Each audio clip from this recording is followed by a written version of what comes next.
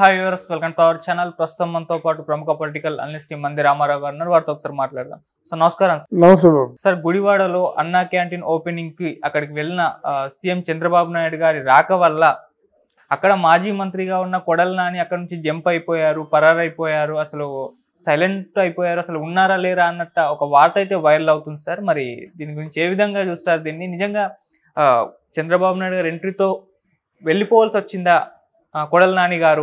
మరి ఆ విధంగా ప్రచారం అవుతున్న వార్తలపైన మీ ఒపీనియన్ మీరేం చెప్తారు? ఇక్కడ మనం రాజకీయాలకి అతీతంగా చెప్పుకుందాం. ఇక్కడ రాజకీయంగా చంద్రబాబు నాయుడు ఒక మెట్టు ఎక్కాడు, తన పంతం నెరవేర్చుకున్నాడు.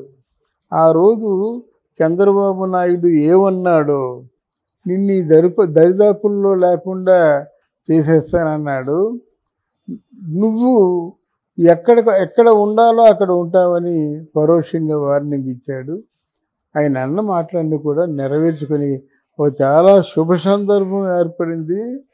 ఎన్టీ రామారావు గారి పార్టీలోకి రాగానే తన పుట్టినూరు గుడివాడలో ఆయన గెలవడం మాత్రం ఈ సందర్భంగా అందరూ గుర్తు చేసుకోవాలి. రాజకీయాల్లో ఉంటారు కానీ ఇంత పనికిమాలిన రాజకీయ నాయకులు తక్కువ మాటలు మాట్లాడలేదండి. ఆయన ఎన్ని మాటలు మాట్లాడండి. ఆ పార్టీ తీర్థం పుచ్చుకుపోని చంద్రబాబు నాయుడు ఇవ్వలేదు, ఈయన ఇచ్చాడు. ఆ పార్టీ తీర్థం పుచ్చుకొని ఆ పార్టీలో పెరిగి నువ్వు ఇన్ని మాటలు మాట్లాడుతున్నావంటే నువ్వెంత ద్రోహివి పార్టీకి. తర్వాత ఒక్క మాట, పప్పుగాడు, పెద్ద పప్పుగాడు, 420 గాడు, ఏదో నా ఏదో ఇలాంటి మాటలు మాట్లాడేవాడిని ఇంకా ఆయన సహనం ఇంతవరకు తీసుకొచ్చింది కానండి. ఏమైతే అయింది వాటి ఎందుకండి రాజకీయాల్లో ఉండి ఇది మాట్లాడాక నన్ను టచ్ చేసి చూడని లేపేస్తా అన్నాడు. ఏం చేశాడు? ఏమి లేపాడు? ఎందుకు ఈరోజు పారిపోవాల్సిన అవసరం వచ్చింది? ఒక చిన్న దర్శించని ఎవరు ఉన్నారండి, ఒక చిన్న పిల్లలు వచ్చి ఒక కొడాలి నాని ఇంటి ముందుకు వచ్చి కోడిగుడ్లు విసిరి సవాల్ చేశాడు. నీ అబ్బకి నీ అమ్మకి పుట్టుంటే బయటికి రారా చూసుకుందాం అన్నాడు. ఏం పీకావు నువ్వు? ఈ మాటలు ఎందుకు అనిపించుకోవాలి? దాని మూలాధారం నీ మాటలే కదా. ఎంతకాలం ఉండిపోతా అనుకున్నావు? 30 ఏళ్ళు ఉండిపోతా అనుకున్నావా? మళ్ళీ నువ్వు రాజకీయాల్లోకి రాగలవా? నీకు రాజకీయ భిక్ష దొరుకుతుందా? ఈరోజు ఏం బాగుకున్నావు అంటే వైఎస్ఆర్ మనకు జగన్మోహన్ రెడ్డి తాలూకు ఫెయిల్యూర్కి కారణం, ప్రధాన కారణం నువ్వని జనం చీకొడుతున్నారు, ఖండించి ఉమ్మేస్తున్నారు. ఇదే బాగుకున్నావు, అంతకంటే ఇంకేముంది? ఆస్తులు సంపాదించుకోవచ్చు ఏదో క్యాదినెలో, మన కోడి పందాలు ఇట్లాంటి కొంచెం సంఘ వ్యతిరేక పనుల్లో సంపాదించుకోవచ్చు. అది కాదు కదా. నీకు ఇంతకాలం 4 దఫాలుగా గెలిచావు. ఏం పేరు వచ్చింది? ఈ దఫా గెలిచావు, నీ పేరు వైరల్ అయింది. ఎలాగైంది? ఒక దౌర్భాగ్యుడి కింద. అంతకంటే పెద్ద మాటలు మనం మాట్లాడకూడదు. దౌర్భాగ్యుడి కింద అంటే భాగ్యం అంటే ఇక్కడ పేరు మాట. ఆ భాగ్యహీనుడుగా, భాగ్యం అంటే కీర్తి ప్రతిష్టలే కదండి. అందుకనే దౌర్భాగ్యుడా అంటారన్నమాట. కీర్తి ప్రతిష్టల్ని నువ్వే చంపుకున్న వాడిని అలాగంటారు. అయిపోయి కదా. ఇప్పుడు ఎక్కడున్నావు నువ్వు? గుడివాడలో. పోనీ ఏ ఊర్లో ఉన్నావు? పోనీ నువ్వును వల్లభనేని వంశీ కలిపి ఎన్టీఆర్కి రాయబారం పంపారు. నీకు సమాధానం ఇచ్చాడా? ఎవరి అండ చూసుకొని పేటరేగిపోయావో వాళ్ళ తాలూ కనీసం ఓదార్పు నీకు లభించిందా? ఇవన్నీ నువ్వు గుండె మీద చేసుకొని ఆలోచించాలి, మనం చెప్పవలసినవి కావు. కానీ చంద్రబాబు నాయుడు మాత్రం యాబ్సల్యూట్లీ రాజకీయం చేస్తున్నాడు. యాబ్సల్యూట్లీ రాజకీయం. మాట నిలబెట్టుకున్నాడు. అర్థమైందా? గుడివాడ వస్తా అన్నాడు, అక్కడే నేను ఛాలెంజ్ నెరవేర్చుకుంటా అన్నాడు. ఇవన్నీ నెరవేర్చుకున్నాడు. చంద్రబాబు నాయుడు గారు ఒక మెట్టు ఎక్కారు.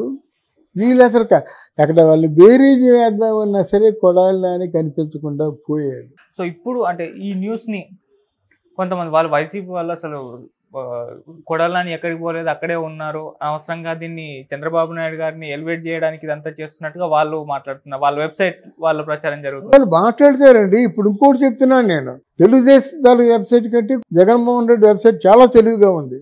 ఎంత ఓ మర్డర్ చేసేసుకున్నా లేదు, ఆవిడ పొడి చేసుకుంది ఆత్మహత్య అంటారు.